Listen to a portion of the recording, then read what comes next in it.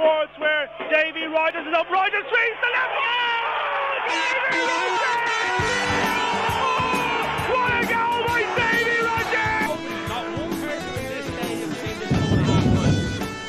You can see the guards behind the goal at the main stand. They will be investigating Shelbourne for robbery. They have absolutely mugged Treaty United here at Dublin. Up and find the goal! Harry Wood, the jersey's off. 6 minutes to go. Look at the bad one! What a goal that is! So I'm going to start with Dave, since he is our special guest here. So thank you very much for being with us this evening. I want to ask you to give us an overview about St Patricks. Yeah, so St Patsy White, a Ringsend based club. Next year they'll celebrate 90 years in football. Club is based in Irishtown Stadium, which is has a bit of history in the League of Ireland. Shelbourne played there previously, back in the 50s. And we compete in the Leinster Senior League, the Senior 1 division, so that's the second from the top. And we've 2 teams in the Leinster Senior League, so our Senior 1 team, which would be, for example, we played in the FAI Cup there only 18 months ago against Wexford in the last 16, and then we'd have a Saturday side, which would be like our reserve team. And then outside of that, we have a couple of other adult teams. We have a ladies team in the Eastern Women's Football League, in the top division, and in over 35s, which would be a lot of our former players playing in that team. So we don't have any youths because we have a schoolboy, schoolgirl club just literally around the corner from us in Cambridge FC. So we collaborate very closely with them. So we do our thing in senior football. They do their thing in the youths, and players from the youth side of it would come through then over time and play senior football with us. So yeah, the club has been in the Leinster Senior League since 1997. Prior to that, would have played the likes of the AUL, the Amateur Football League, all the various different junior leagues, and would have won many trophies over the years. FAI Junior Cup champions in 1946 and 1979. And in 2007, we were promoted to the intermediate divisions from the junior ranks, and worked our way up to the top division over a number of years. In 2012, we reached the Leinster Senior Cup final and played Shamrock Rovers in Tallaght Stadium. It was actually Stephen Kenny's only piece of silverware with Shamrock Rovers. They beat us 1-0. So that was probably the club's kind of biggest achievement in its nearly 90-year history. We were relegated from the senior division in 2019, so we've been playing in Senior 1 ever since, trying to make our way back up. We were close to it last year. This year is not going so well. We're kind of down the wrong end of the table.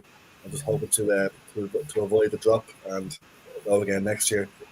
So yeah, the club has been, like I said, been around football for a long time, and we've about 100 members in terms of players, and a very strong committee. With a clubhouse on the grounds of Irishtown Stadium that was built in 2021 at quite considerable cost. So we have very modern facilities, 4 very large dressing rooms, like a communal room, like a players' lounge type of thing, physiotherapy facilities, basically everything that you would need for a modern football club to be able to run. And we use the pitch in Irishtown Stadium, the grass pitch, and also the Astro, which is just about 100 yards away from Irishtown Stadium in Ringsend. Right. Now, in terms of the future, so what was the rationale for St Patricks to apply for the third tier? What are the main motivators? Yeah, well, the main reason we made the expression of interest was sort of we're involved in the conversation. We believe as a committee that we have the facilities are there for us to be able to compete. We don't know at this point in time what the requirements are going to be. We're waiting for the FAI now to share those details with ourselves and the other clubs that have made an expression of interest. So until we learn the exact details, we don't know what we're going to need to qualify. The reason why I believe, and our committee believes, we can actually make this happen is because, like I mentioned in the intro earlier, we did host a last 16 FAI Cup tie in Irishtown Stadium. We played Wexford. They beat us 1-0, and so we know we can host games of that caliber. And like Ringsend as a community is a very vibrant community. It's going to grow in terms of size. There's a very big development happening just a couple of 100 yards away from our home ground, where there's going to be 10,000 new residents. So I do believe that Ringsend would have has a lot going for it in terms of a venue for third-tier football. And there's a history there as well. I mean, both Shelbourne and Shamrock Rovers originated in the area. There's a lot of people who still support those two clubs that live in the Ringsend, Sandymount, Irishtown, kind of Pearse Street area. And yeah, we just think it's something that we certainly can do. The only issue I would see is that I would imagine the powers that be will want to have, a better geographical spread. I know the Dublin area is already kind of very heavy with teams in the Premier and the First Division, so they'll probably, I would suspect, probably limit the amount of Dublin clubs that go into this if they get enough interest from more regional clubs that have the facilities to go into it. But for us, at the moment, it's really just, we don't want to be out of conversation. We want to be, there talking with the other clubs and with the FAI about the possibility of coming in. We've said it very clearly as well to our local community, from whom we get great support, in terms of supporting the club.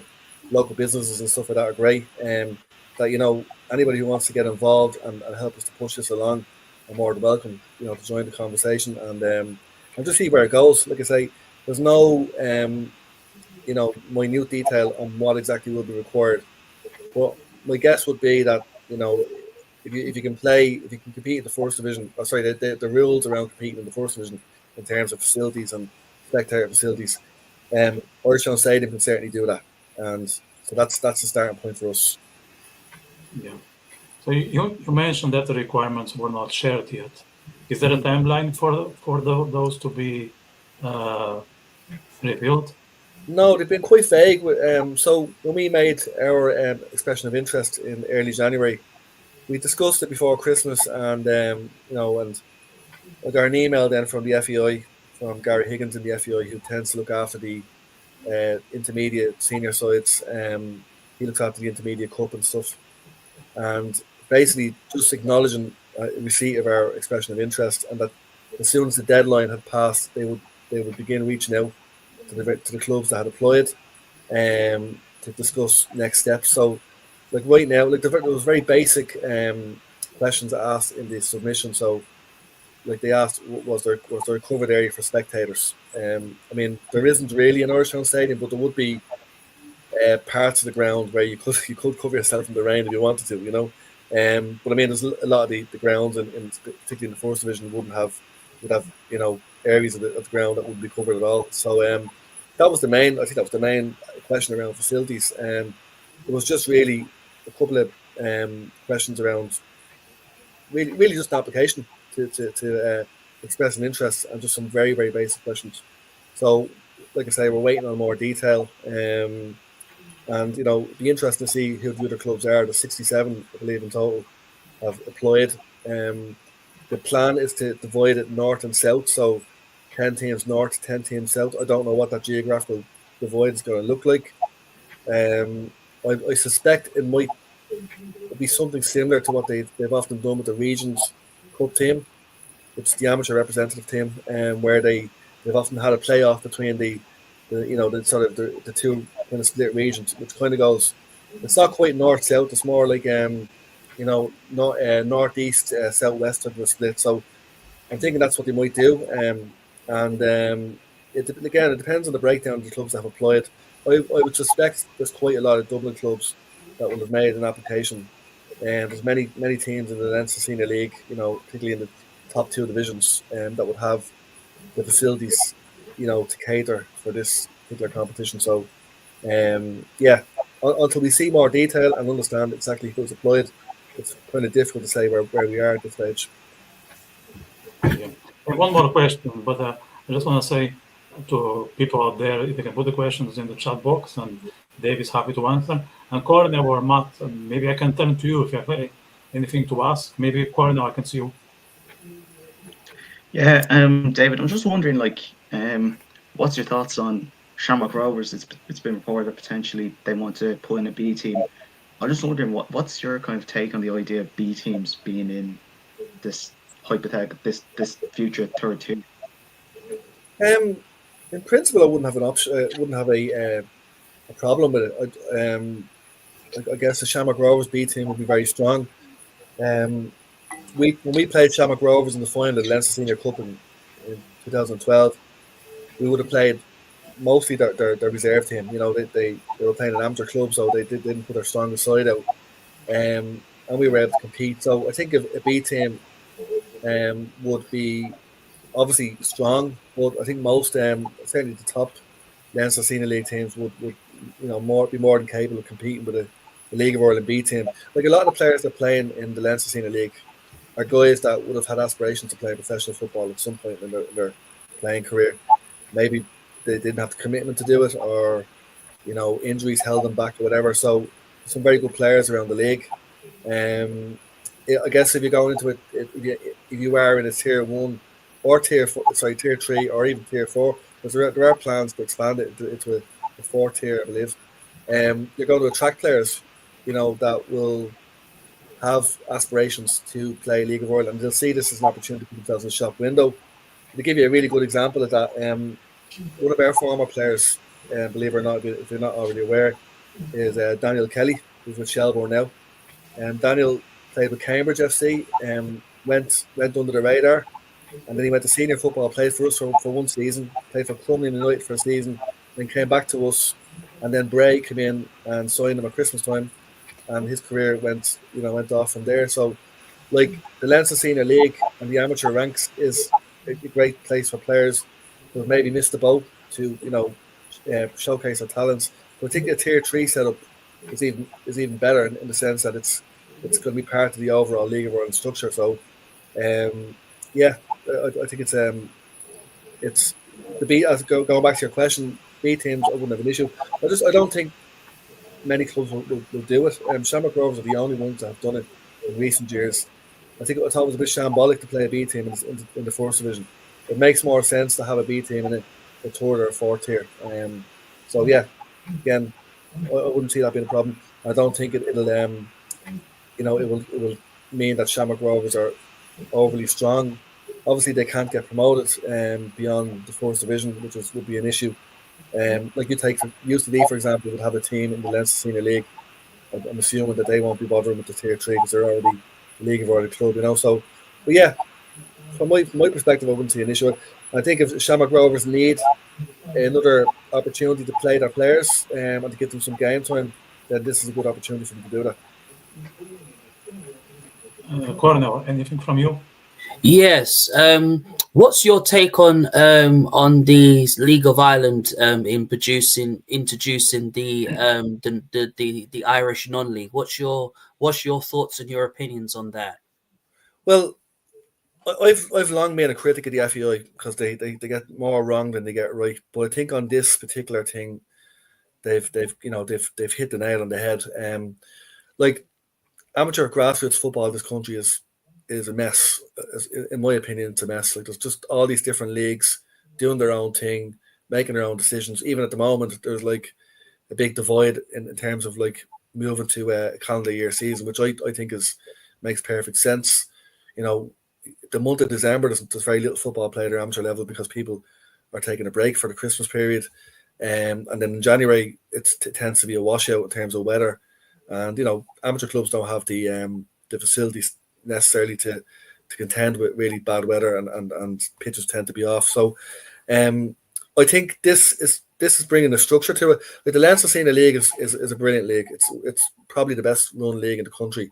We've been in it for a long time, and I would have always thought that if they were going to go down this road, they would have regionalised it and have like the Leinster Senior League being the Leinster representative, the Munster Senior League in Munster, which is also a very strong and well-run league. But the problem is there's no Connacht Senior League, or at least there isn't anymore. There's no Ulster Senior League anymore. So I guess this was the obvious way to go. The impact it'll have on the likes of the Leinster Senior League, I guess, remains to be seen. I'm pretty sure that the officers in the league seem to be supportive of this because they will be supportive of what the FAI are doing.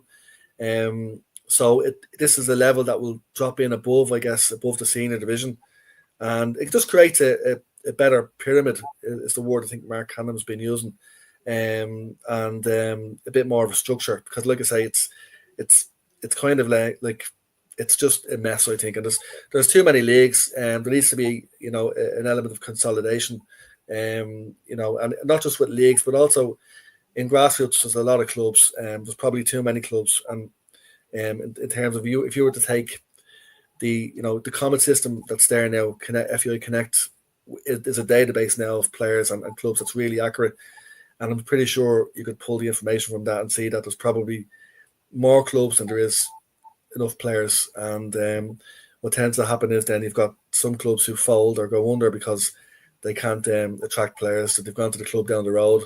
And it needs to be, I think, something closer to the GAA's parish-based system, where you've one club in one community, or two clubs maybe at max. I know in our area in Ringsend, there's about 5 or 6 different clubs competing for all the same local players. So so I think it's a better structure. There's an element of consolidation to it, and I think it's the right way to go. And that's why, like, we, as a club, and I don't speak. I speak on behalf of the club. I don't speak from my own personal opinions on this. We believe it's the right way to go, and I think, like I say, the FAI don't get a lot of things right, but in this case, I think they're going in the right direction. So we got a question here from Matt. I'm going to put it on the screen and read it out loud. Do you think the vagueness in regard to the third tier is because of a lack of organization on the FAI part? Well, I think maybe, like, the vagueness in terms of what's required, I think I would say they already have all those requirements in place. Like, they're going to mirror, what's required to be in the League of Ireland. I mean, they had the old, I'm not sure if it's still a thing, but they had the old licensing system. So you have to have certain, I guess, governance and facilities in place to play at that level. I guess this will be a lighter version of that. There's going to need to be some concession around the facilities, and if you're a team playing in Tier 3 and you get promoted, or you finish top of that division, or you win the playoff, I guess there's going to be a playoff between the North and the South leagues, and maybe a playoff then between the winner of that and, let's say, the bottom team in Division 1. I guess then there's going to be a case where, will they actually have the criteria to play in Division 1, because they're going to be higher requirements to play in that division. A bit like non-league football in the UK. If somebody gets promoted into the third division, they won't allow them in if they don't have certain facilities in place. So I think that I would like to think that they have all the information, ready to go, but just haven't shared it publicly. And I guess we'll see over the coming weeks what that looks like when they reach out to the clubs individually. So, but again, I don't know what the next steps are, and I would say it would be it is typical that they're not being more upfront about it, and maybe there are probably clubs out there that haven't bothered putting in an application because they just don't know what it's all about. But an expression of interest is not really an application; it's more, we like to look at this, tell us more, and that's really where we're at the moment. Yeah, very good. I have one here that I got from another fellow. So do you think a national third tier will help bridge the gap between amateur and professional football in Ireland? Well, yes, because it's a structured league that will require, I guess, more professionalism. I know it's an amateur division, but you'll have higher caliber of officials, for example. The officials in Leicester League, don't get me wrong, are excellent at amateur level. But I guess they'll use this as an opportunity to give some of the younger League of Ireland referees more exposure. So yeah, there's a structure to it. Whereas the Leinster Senior League is, it's its own league. It runs independently. Obviously under the direction of the FAI and the LFA, but I just think, there's a structure there that's just not there right now. And if you look at other countries, there is we get guys coming to our club, particularly because of where we're based. We're very close to the city. We're very near to the tech hub in Dublin. Where the likes of Google and Facebook and all those big companies are based. And we get a lot of guys coming to our club, that are working for these companies from the likes of Spain or Italy, or and they would come to us and to play with us and get involved. And I'm usually the person that's dealing with them in terms of their international transfer. And they'll say, "Oh, I played in the 6th division in Spain," So obviously there's a structure in Spain where you've got the top professional leagues, and then as you go down, it's League 6, League 7, League 8, whatever. And when a guy comes along from Spanish player says, "I've played 6th division football in Spain," you kind of know straight away that's probably on a par with what a third tier would look like here. So I just think it gives a structure that's not currently there, and I think it does bridge the gap. Yeah, I mentioned earlier about players that have gone on from the Leinster Senior League and gone on to have very successful careers in the League of Ireland. I think you'll see more of that with a tier 3 system, because players that finish at under 18s in schoolboy football maybe lose interest because they're not getting enough game time in the Leinster Senior League, because it's a very tough division to play in. There's a lot of guys that would be it's sometimes ex-pros, ex-League of Ireland players, and as I mentioned earlier, guys that would have had designs on playing professional football or semi-professional football. So they maybe don't always get the opportunity. I think this tier 3 and potentially a tier 4 will give more of those younger players coming through from schoolboy football the opportunity to actually play in a National League setup and improve their own game and put themselves in the shop window. So Matt has another question. He's very keen in asking you top players. He's asking, does the club see this as an opportunity to grow? Yeah, well, like I mentioned earlier, like we're just a senior club. We don't have a youth setup, and simply because there's already a very large schoolboy, schoolgirl club in the same area. But I think it would help us to grow our profile, I guess. Bring more people from the community to the games. We would not normally play a home game on a Friday night on the Astro in Ringsend because it's floodlit. And players like to play Friday night matches because it doesn't interfere with their weekend too much. Orstown Stadium is not floodlit at the moment, but maybe that's something that will come down the tracks. But with the summer season, you can still play, certainly for about an 8-week period. You can play matches on a Friday night, and light is not an issue. I think we have the 2 Leinster Senior League teams. We have the ladies in the EWFL.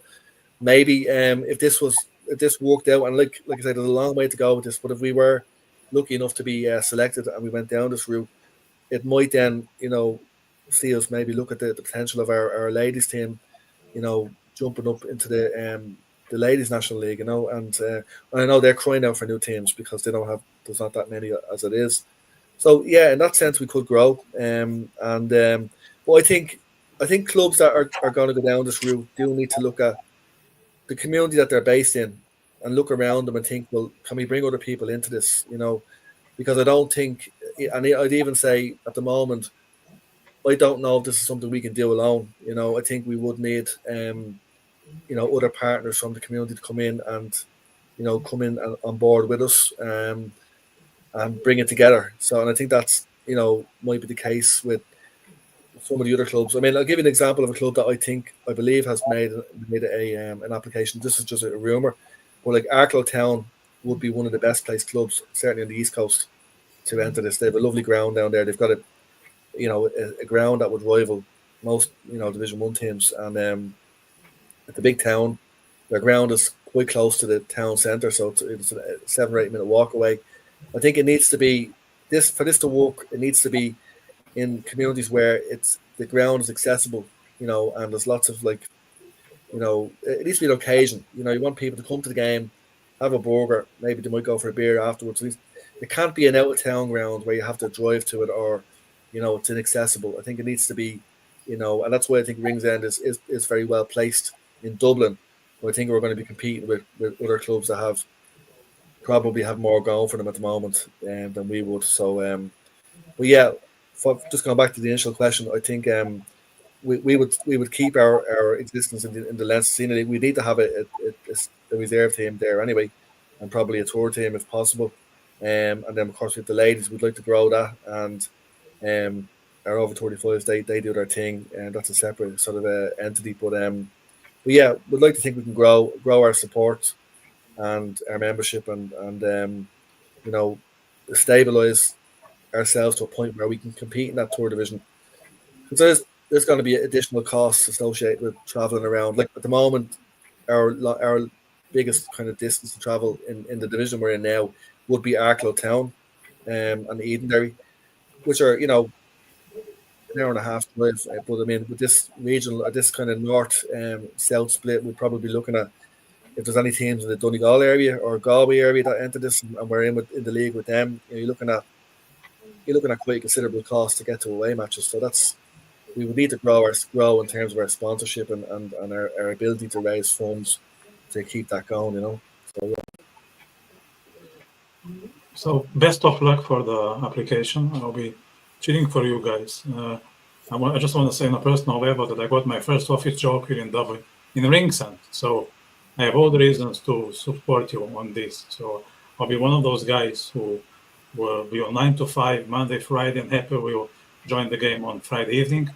I'm still not on the dart line when it comes to residence, so I keep you on the radar and hope I can attend the game the next couple of years. Thanks very much. Yeah. Thanks a lot. And I'd like just to finally say, we just want to be involved in the conversation. And if we're not successful at other clubs, we'll go ahead and we'll be, very much supportive of this, initiative. And if there's a tier 4 coming down the tracks and we go for that, then maybe that's where we'll end up. But for me, on a personal note, I just love to see the game in the country grow. I think when there's better structures in place and it makes more sense, then it will grow and people will get behind it. So, but yeah, that's my, and our club, we're always progressive and always want to, improve what we're doing. So this is just another facet of that. So